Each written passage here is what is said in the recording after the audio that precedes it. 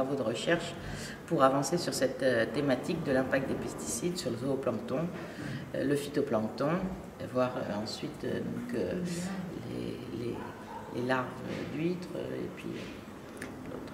Pour le phytoplancton, donc, ce que l'on a pu tester, ce que l'on a pu constater, c'est qu'en effet, pour une même espèce de phytoplancton, selon donc, la molécule de pesticide, donc il pouvait y avoir des effets différents. Pour la même molécule de pesticide, mais sur deux espèces de phytoplancton différents, il pouvait y avoir donc, des réponses différentes.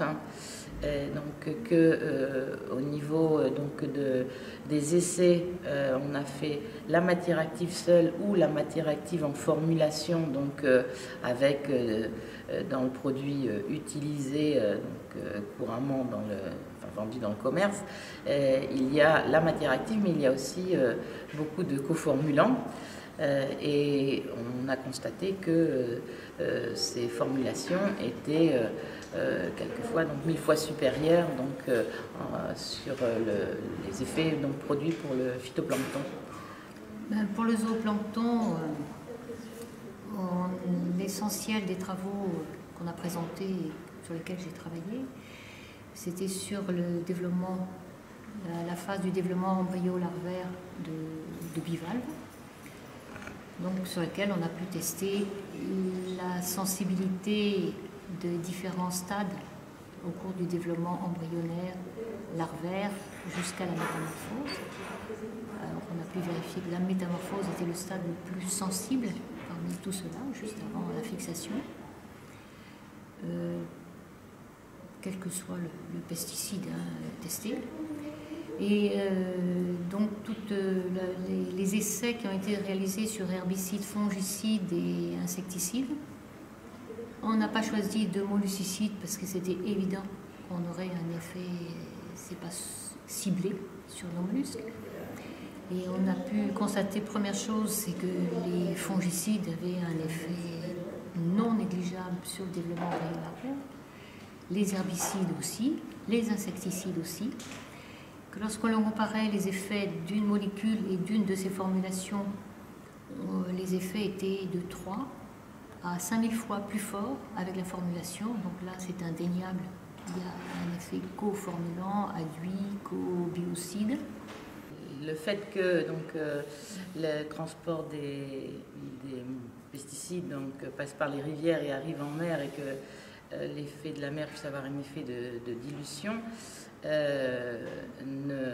n'est pas suffisant puisqu'il arrive quand même des concentrations donc, qui peuvent avoir un effet et donc il y a bien sur les organismes marins donc, un effet des pesticides.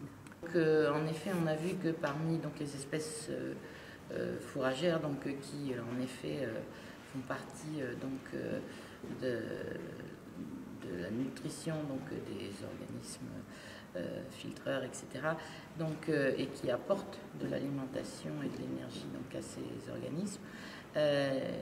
Beaucoup sont sensibles aux pesticides, alors qu'on a vu que dans d'autres espèces comme les dinoflagellés, donc c'était moins sensible, et que parmi ces espèces donc, peuvent se développer les espèces toxiques. Et donc, du coup, en effet, ça peut créer un déséquilibre, bien évidemment, dans le milieu. Au point de vue des autorisations de mise sur le marché et du point de vue réglementaire, les essais reconnus sont des essais qui sont normalisés selon des normes AFNOR ou ISO enfin, internationales.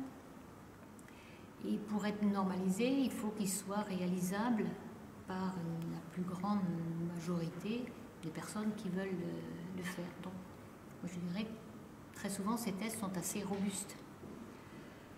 Et lorsque l'on prend d'autres tests sur des phases plus sensibles, on se retrouve avec des effets à des concentrations plus faibles que celles dans certains tests. Et c'est la raison pour laquelle nous avons développé ce type de test et que par exemple des tests sur des larves ou des juvéniles, même d'huîtres, de bivalves, de tout autre bivalve, ne permettent pas de voir les effets aussi, si faible concentration que sur des phases importantes du passage de l'œuf fécondé à la larve ou la phase très critique de la métamorphose. Et pour les poissons, c'est pareil, les tests se font sur des gévinils. Et avec nos collègues, on a développé les tests sur les larves post-éclosion, donc qui ne se nourrissent pas et qui sont juste impactées, qui ont leur réserve, mais qui sont impactées par tout ce qui les environne. Donc on est quand même sur un animal. Herbicide, bentazone, concentration sans effet 3 mg par litre, bon, ça va, on se dit chic, toujours sur une période très courte, développement embryo-larvaire, c'est-à-dire 24 heures pour l'huître. C'est une toxicité aiguë, puisque c'est une petite